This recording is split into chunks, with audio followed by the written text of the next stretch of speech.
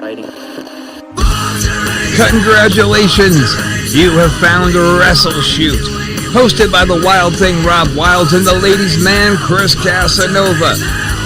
Combined, we have 40 years of wrestling experience, and we're here to share those experiences, stories, and knowledge with you over the podcast airwaves. We'll be joined by friends of ours from time to time to share their stories and experiences with you as well. So climb aboard the crazy train we call WrestleShoot. We know how to do it, and we do it real well.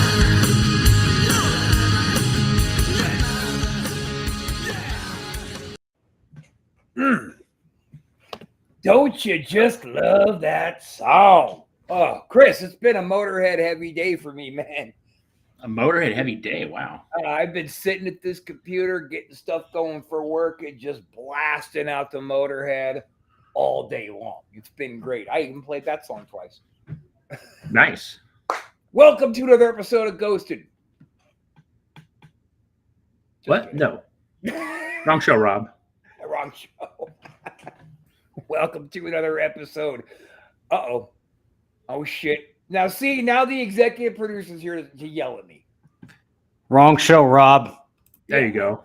Yeah, okay. That wasn't so painful. All right. We just moved right through that one. You get used to him coming out. He's going to tell you wrong a lot. Shut up. Huh? Shut up. What? No. Okay. I'm Rob Wilds, the man, the myth, the legend, joined, of course, by the lovely and talented, the sexually charged, and looks really good in a woman's dress, my hedgerow life mate, Chris Casanova. How do you know I look good in a dress? Do we really want to get into that on the air? Probably not. No, probably not. Hey, who said that? Cut that last part out. Sean, cut that last part. Oh, we're live, aren't we? Shit. We are live. We're live. I don't like you giving me those fucking crazy eyes. All right. Yeah, he's like, we're live. I know he comes on with those fucking Hulk Hogan. He needs to wear sunglasses and take them off like that. Beefcake Barber. Eyes all crossed. And that actually kind of drags us back because let's face it, Zeus was really garbage, right? He was kind of a glorified fluff guy, kind of a manager in a sense, right? So, yeah, I guess so. I mean, he had a couple matches. Yeah, I know. So that is what is going to take us into our topic for the day. We're going to talk about the greatest, the most passionate, powerful thought or emotion invoking managers in pro wrestling's history, in our opinion. Now, if anybody feels like maybe they want to come in and agree with us or tell us, you guys are full of shit and here's why, executive producer Sean is going to randomly throw a link right up here in the chat. You click that, you follow it in. Sean will intro you when it's time, and you're going to have 2 minutes to tell us we're right, we're wrong, or maybe just share a personal story of how these managers impacted your life. I like it. 2 minute time limit, huh? No, I mean, I think so, right? 2-3 minutes, maybe 5. Maybe we should go for a maximum of 5. Yeah, unless they're just rambling on and on, then we do a car crash. And yeah. And if you want to come on and say, you know what, Rob, you're a dickhead, okay, I can take it. I got thick skin. We may not have enough time for that. Rob, you're a dickhead. I hate you. That's the former executive producer of the Anti-Social Network. Oh, wow. He only lasted 5 minutes. Yeah, it was a quick one. So. That's what she said. What? Who said that? I can't believe he said that about himself, dude. That's a ballsy motherfucker right there. Anyway, let's get started, huh? I would like to make the first selection if you don't mind. Please, and he's going to be bottom of the list, but I always liked Gary Hart. Oh. Okay. Sean, show us some Gary Hart, baby. Look at that guy, dude. He was a lot of guys have tried to pull off the badass manager gimmick. Yeah. And in my opinion, Gary Hart's really the only one who has ever pulled off a badass. He looks like he would kick some ass. Like, And that's the thing. And I think that Gary Hart was actually the inspiration for that piece of shit they used to call Coach over at WWF. the one with Perfect? Yeah, the one Perfect. Okay. I think that they were trying to kind of model him so he could be a tough guy manager, but let's be honest, Coach is definitely falling into the worst of the worst category we're going to do next time. Ooh, yeah. Well, he was a wrestler, Gary Hart, back in the day. Yeah, but he was never a nobody wrestler. It was in management that he started really finding his fame. That's what I'm saying. He could look like he kick some ass. Like, he looked like he could throw down if he needed to. That's all Most I'm saying. people we're going to cover today were former wrestlers. You know, they make the best managers. People who know how to bump, who know how to work. They're the best. Sure. So Gary Hart is my first pick. I always liked him, and we never had a chance to book him. I always tried to find him, but I could never find him. Yeah, that would have been great. He was great with Muda. Yeah. He was great with everybody. Yeah. With everybody. He knew his character. He knew his character, and he knew how to blend it with theirs, like every time, seamlessly. Okay. All right, Chris, pick the next one. All right, let's see here. All right. It's not letting me pick it. I am going with Miss Elizabeth. Yeah, that's because executive producer Sean's supposed to be man of the controls there, homeboy. Oh. You just got to tell me what to do. I'll do it. Oh no, let's do it I again. told you were fucking fired. Why are you still here? All right. Goodbye. Oh, I'm just kidding, sweetie. Come back to us. Don't cry on your belt. It's okay. Okay. You're still one of us, honey. Anyway, moving on. Elizabeth. She's fucking gorgeous. Oh yeah. But I got my opinion on it. okay, after you. So she was probably one of the first, probably one of the first female managers, but she really didn't have to do a lot. All she really did was she knew her for certain things she did. She played the scared little damsel in distress, and it worked. Like it worked perfectly. The psychology was there. It was great. Well, you know, and she was introduced right. So that played a lot into her longevity of, you know, everybody was trying to get Randy, Bobby the Brain, and Humperdinck, and everybody was out there trying to get Macho Man. And he's like, oh, you found my new manager. Yeah, then Liz comes out and she was just smoking hot. Yeah. So, yeah, she that was really where the longevity of Liz came from.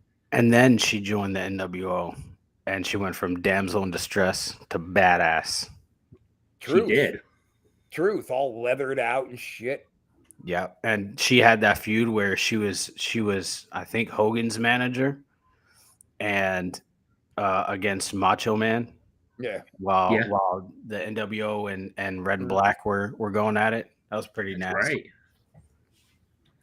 Which that's when you know you've oversaturated the bejesus out of a gimmick, is when you now have different factions with the same name fighting each other. There's too many factions, man. I don't want to get into that. That's when NWO was terrible. And that wasn't even the only other two NWOs. There's three more reincarnations of NWO after that. Let's not forget about the Blue World Order. Or LWO. LWO, see? The Bullet Club. Moving on. So I'll pick the next one. I am going to go with, and we're not really, I think the last few that we do, we're going to be going in order of actual greatness.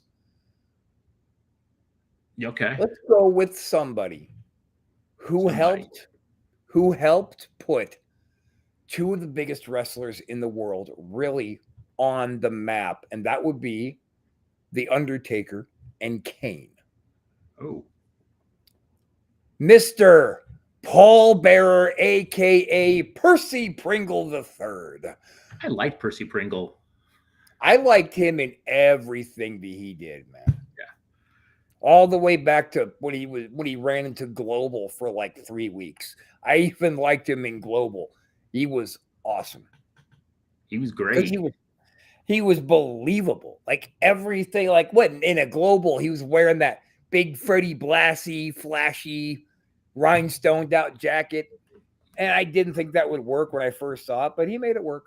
He can make anything work. Paul Bearer was the man. You hear about the story about him getting signed with WF when he was pretty much out of work, and he was basically like basically had no money. His family and Vince, flew him out to Connecticut, sat him down, and this is around the same time where Taker was there, Right. and he had this great idea, and signed him right there, and Percy Pringle said, "Yeah, I can do this. I can do this gimmick," and he Good acted gimmick. out in front of Vince, and Vince's like, "You're hired." That and another cool thing about him was he was actually in between his wrestling stints a real mortician. So Yeah. he had that mortician's license, which is what enabled the company to be able to buy those body bags and coffins because not just anybody can buy them. You got to have that license. And Vince So saw that's that something problem. else he brought to the table. Yeah. Wow. Good point. Yeah. And anybody watching, you know what? We're going to have EP Sean go ahead and throw the link up in the chat room. If you've got something you want to add, if you want to come in and say, Rob, you're wrong, Chris, you're gay,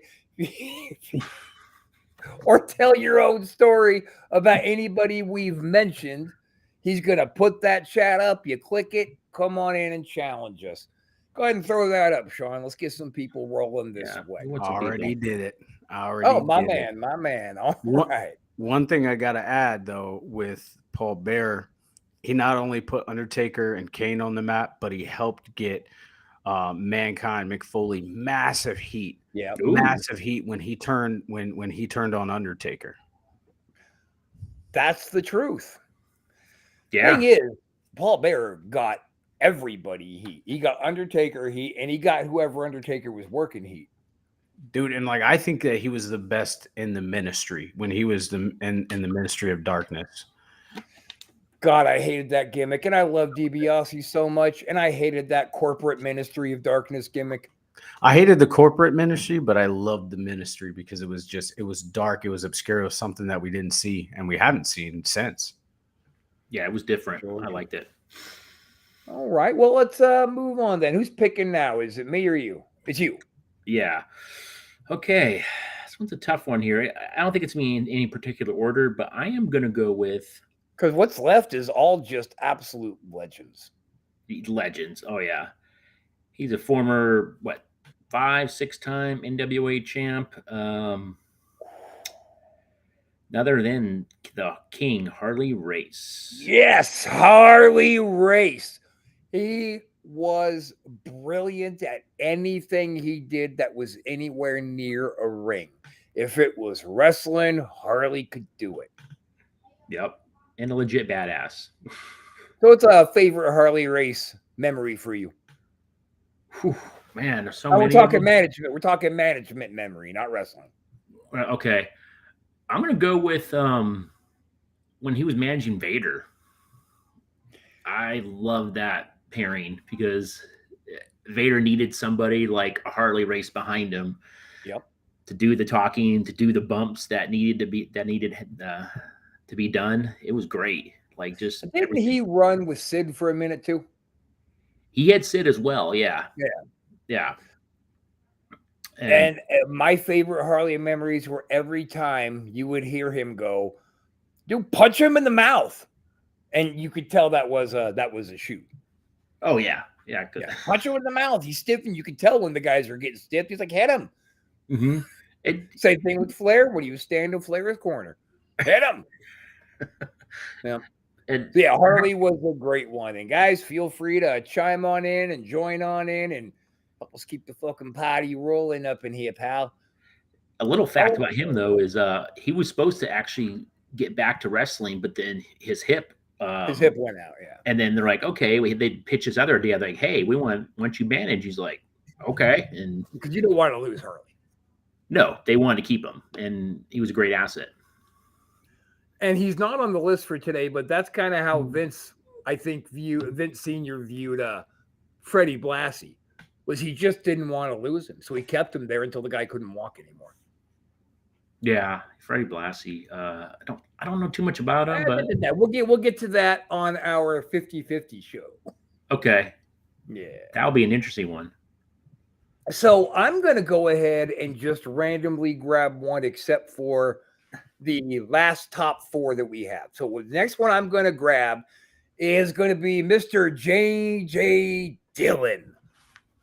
Oh, that's right, baby. I mean, look at him. J.J. Dillon was a great in-ring wrestler.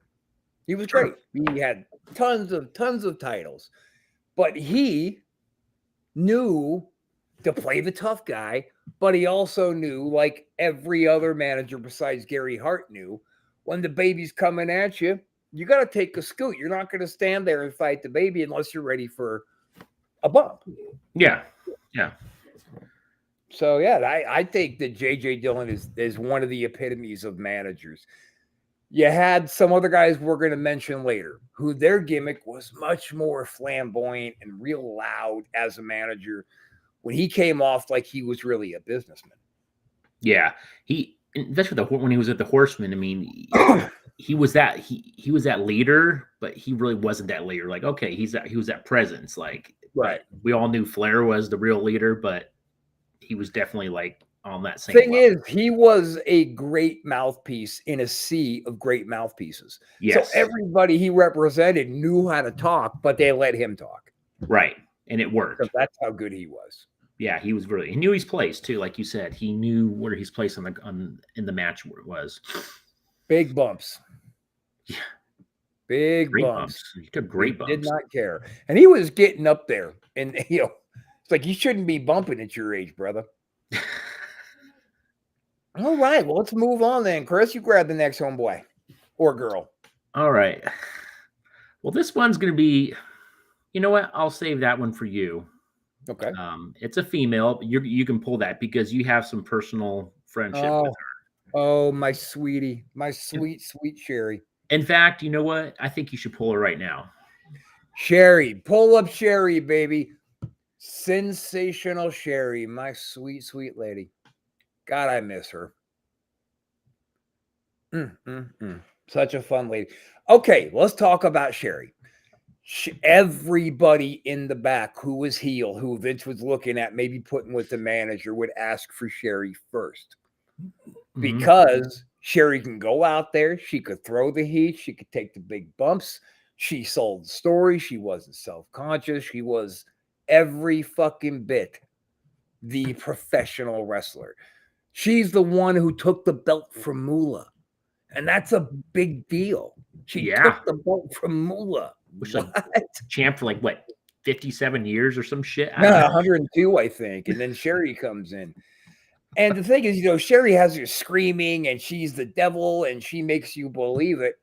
But if you sit down with her for a minute, you love her. You love her. She was such a kind-hearted sweetheart. A fun lady to drink with, although that was her disease, and that's what ended up killing her. She was young too, gone way before her time. God damn! Can we put Sherry's picture up one more time?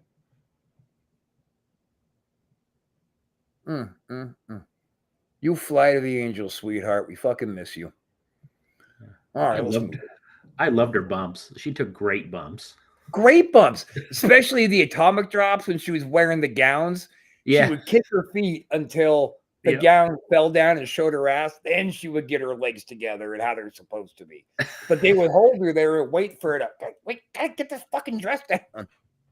Yeah. God damn it. God damn, Sherry was wonderful. I mean, everybody dies. But she shouldn't have been taken so soon. Yeah. It's great that you knew her. That was awesome. Yeah. Sweetheart. All right, Chris, go ahead. Man, let's make this thing a little more upbeat. I'm getting us all depressed. And by the way, people, click the link, jump in, talk some shit with us. Let's go with. Do we have Jim Cornette on here? I think we do. We do have Jimmy on here. Ooh, I love Jim Cornette. Midnight Express. Yeah. Great. And he always took ass whippings. It was great. And he knew how to take them. Yeah, but he didn't really bump. He just kind of fell. Yeah. Now, but it I looked good. think Cornette is an absolute genius. He told me once, Rob, you're the only guy I've ever met who actually physically makes my brain itch. So Yeah. So that was Jimmy Cornette. Heat-seeking missile, that fucking guy. Favorite moment of Jim Cornette managing of yours? When they locked him in the cage. Yeah. Yeah. That because he just sold the break-in. Yeah. Like genuine fucking terror. Yeah. I mean, like that guy was an actor. Yeah, I really enjoyed Cornette, and I would love to have a conversation with Russo and just talk about this mess that he likes to talk about Jimmy.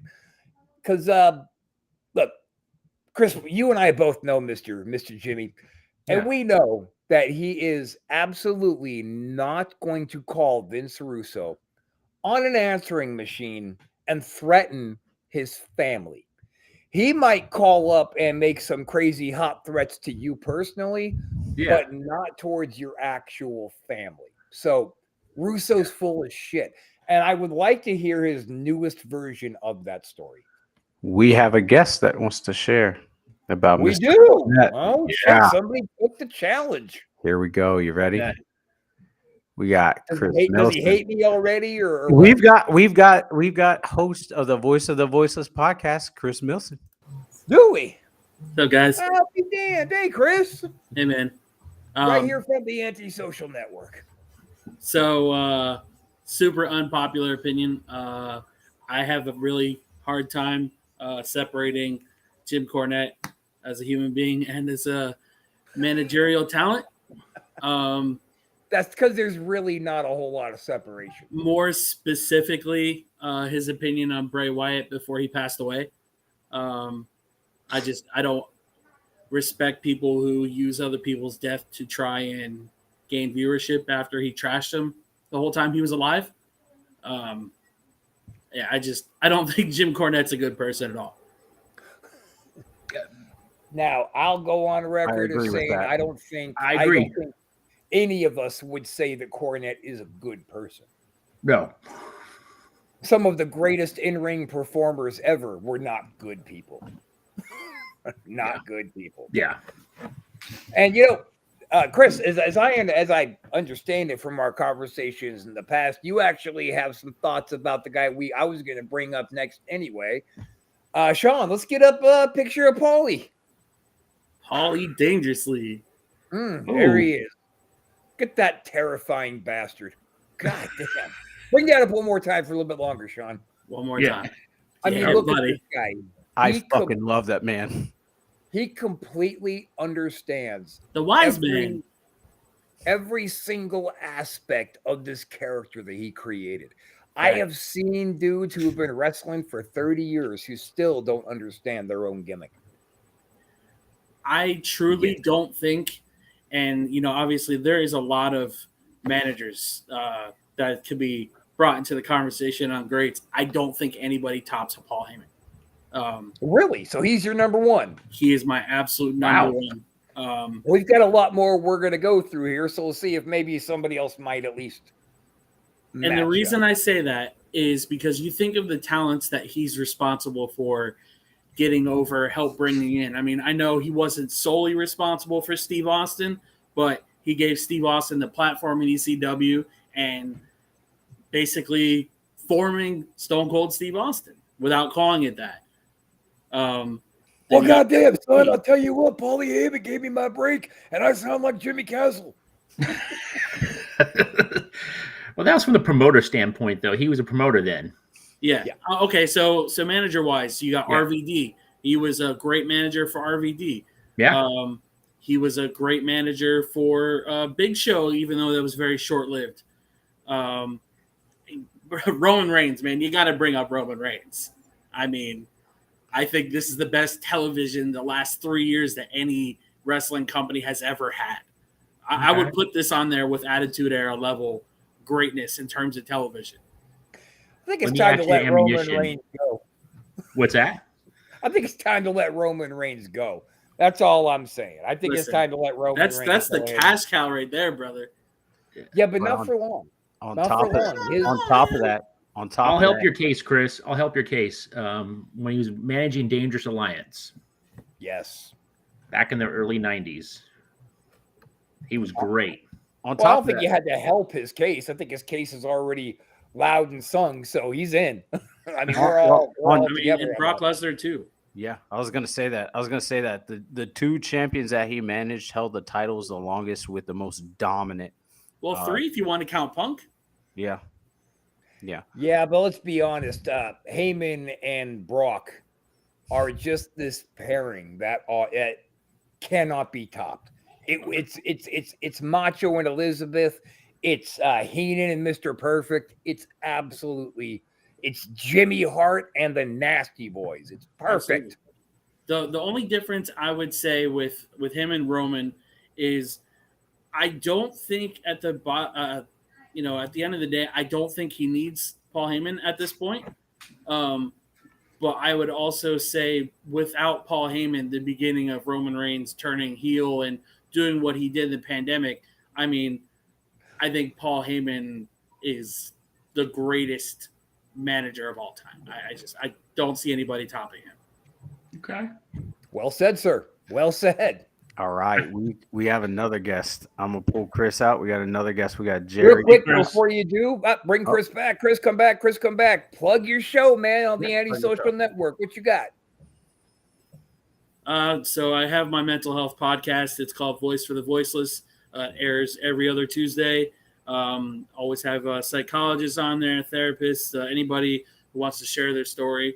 It's on the Anti-Social Network, YouTube, iTunes, and Spotify. Awesome, man. At what time does that usually come on? Usually drops at 11 a.m.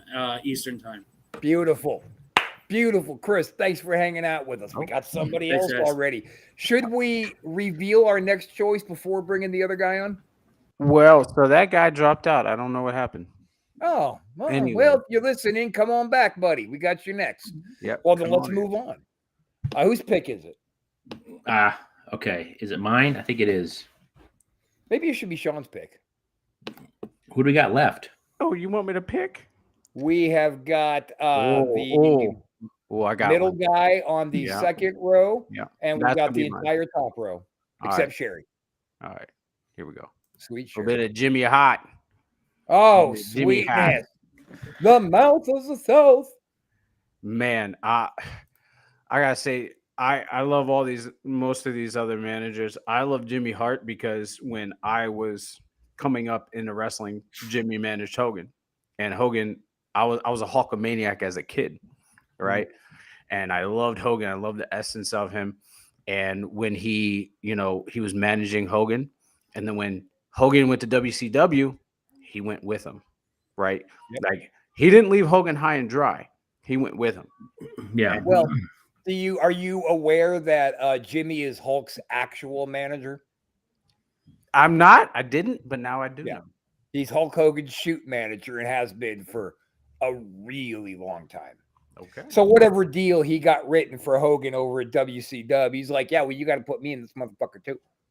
Okay. Well, now we know, and now we know that's good. I didn't know that, and coming from somebody that's in the business, that's cool to hear. But it's it's pretty awesome to see that he went over and he managed Hogan until Hogan joined the NWO, and I think Jimmy Hart had something to do with the NWO. I don't remember, to be honest, but Jimmy was ahead of his time. I'll just say that he was ahead of his time. He was great. It's that megaphone, man. That megaphone. Yes. He actually had a band in the 60s or 70s before he got into wrestling. with a couple of like very, very famous songs. And Jimmy also used to help produce a lot of the wrestlers' entrance musics. Honky Tonk Man, DiBiase, a lot of those guys, he was right there writing their music with them. Yeah. Recording their vocals and all that good stuff. And of course, let's not forget the best song Jimmy Hart ever wrote. If you only knew what I'm going to do to you, you'll be running out of here as fast as 2 feet can carry you. Come on, Chris, sing it. I'm good, dude. Your destiny You keep it going. belongs to me. Oh, we should play that song on there. Rob is singing. I'm backing out. Good, get the fuck up out of here anyway. I liked it with Heart Foundation. Well, obviously, it was a natural fit. It was Jimmy Hart, Bret Hart, and then Jim Neidhart. It's like, shouldn't he maybe just change that to Hart? Yeah, I should have changed it to Hart, man. But Jim Hart, Bret Hart, Jimmy. I guess we can't have 2 Jim Harts, huh? No, but it flowed naturally. That was my favorite time with Jimmy managing was the Hart Foundation. It worked. All right, Chris, it looks like we have 3 left to discuss. Okay. And I think you're on deck. Gosh, you know what? Up on the top row, minus Sherry. So we already know who her number 1 is. We're not going to talk about that, but these number 2 are difficult. I know. So we can't really. I don't think we can classify either of these next 2 as 2 or 3. I think they're both 2. Okay, I'll go with Fuji. Wow, man, Fuji. How many times was he? 3-time WWF Tag Team Champions. Yeah. He was multiple-time heavyweight champion in Japan.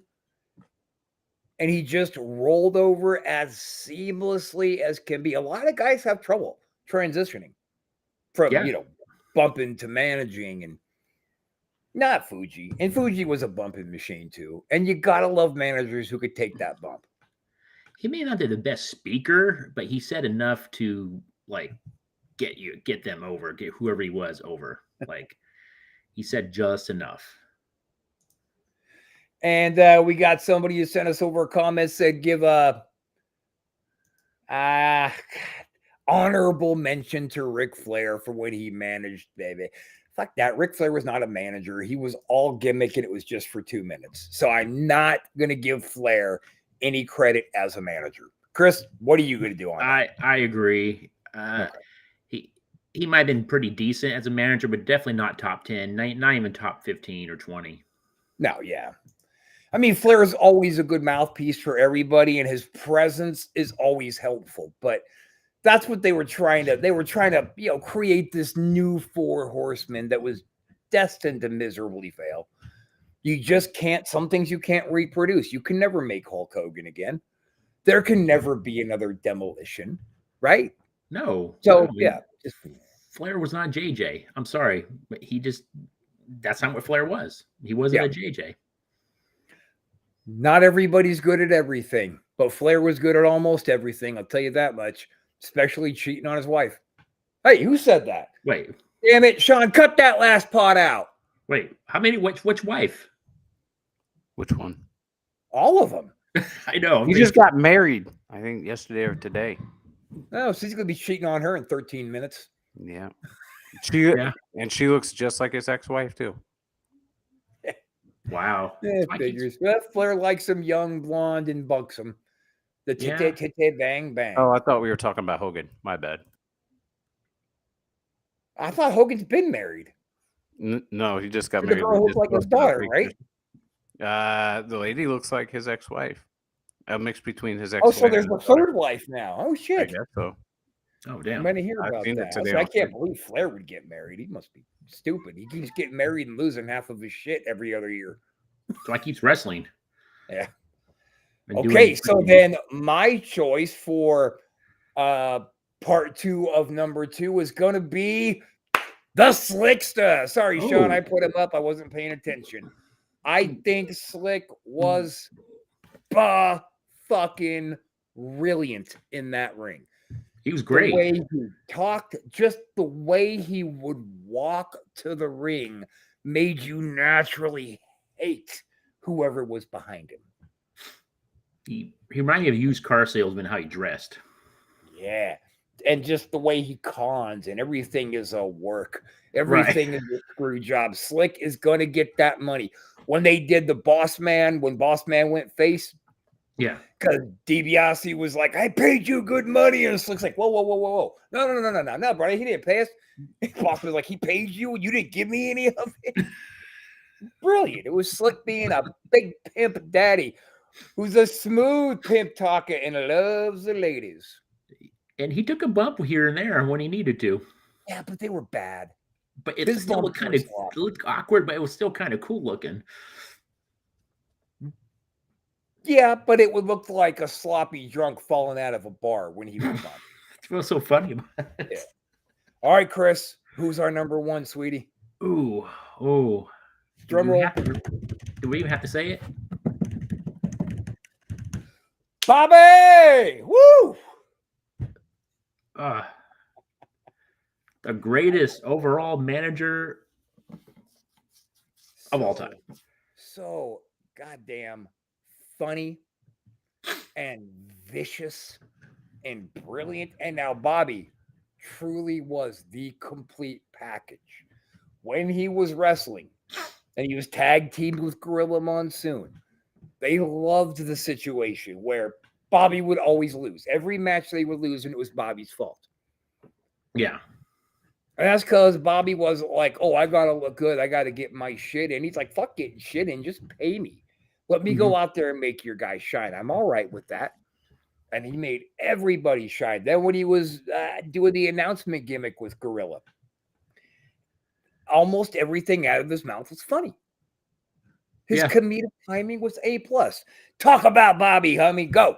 Man, one of my favorite memories of him was with the Royal Rumble when Flair was in a Rumble and Piper was in there, and he goes, I guess Piper had to help out Flair, and he goes, it's a kill, it's not a dress. And then he turns back around and goes after Flair, and he goes, skirt scheme or whatever, it's a dress, it's not a kill, it's not a dress. It's not a kill, it's a dress.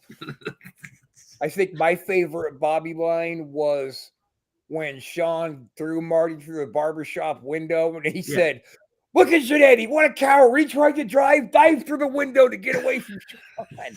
It was brilliant. My very first memory in life involves Bobby. Or not. Yeah. I guess it would be my first memory in life. Andre and Hogan at WrestleMania, and Bobby was the manager.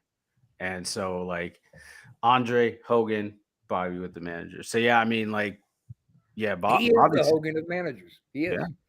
Yeah. Sherry, God bless her, when she was, we were talking about just managing gimmicks and psychology and whatnot. She came out and told me just Bobby was so instrumental in her learning how to be a good manager on knowing, because, when you're wrestling, your psychology's got to be higher up. You've got to be higher amped than like the manager.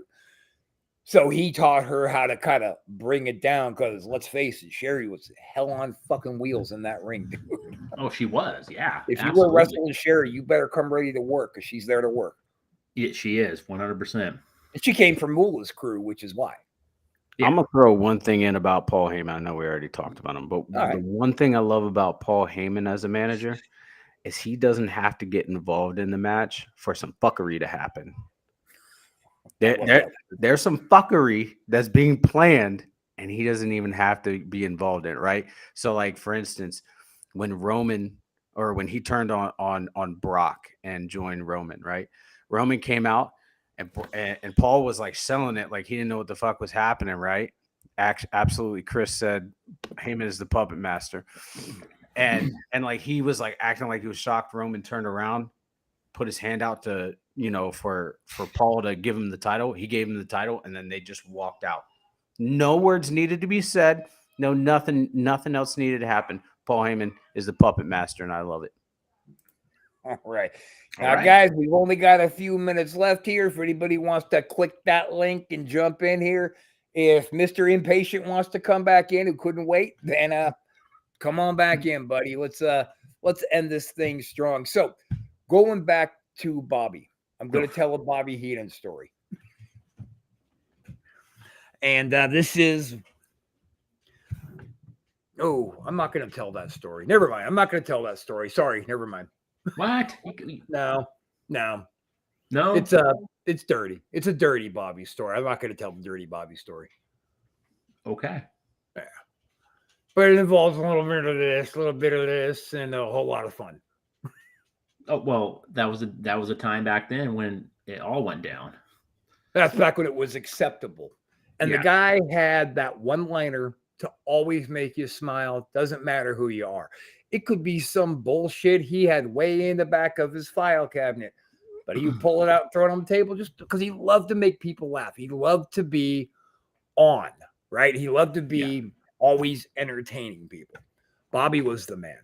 The thing I liked about one of the things I liked, many things I liked about him is like he knew where his spot was in the match or the card. Like he knew where he was supposed to be. It's like with Rude, right? Like they both could talk, but Bobby knew what to do and not to do, and he flowed with anybody. I mean, Brainbusters. I mean, hell, all these people. The way he would beg.